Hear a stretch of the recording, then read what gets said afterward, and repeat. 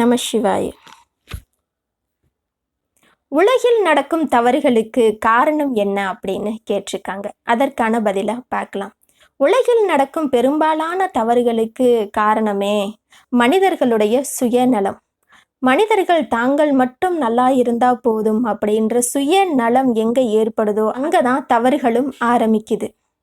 தான் மட்டும் நல்லா இருந்தா போதும், மற்றவங்களை பத்தி கவலைப்படாம தான் மட்டும் நல்லா இருந்தா போதும்னு சுயநலம் பிறக்கிற இடத்துல மனிதர்கள் தவறு செய்ய ஆரம்பிக்கிறாங்க.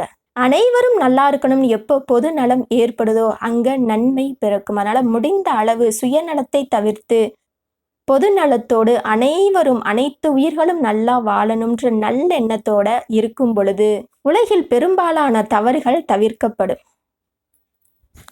நம சிவாய.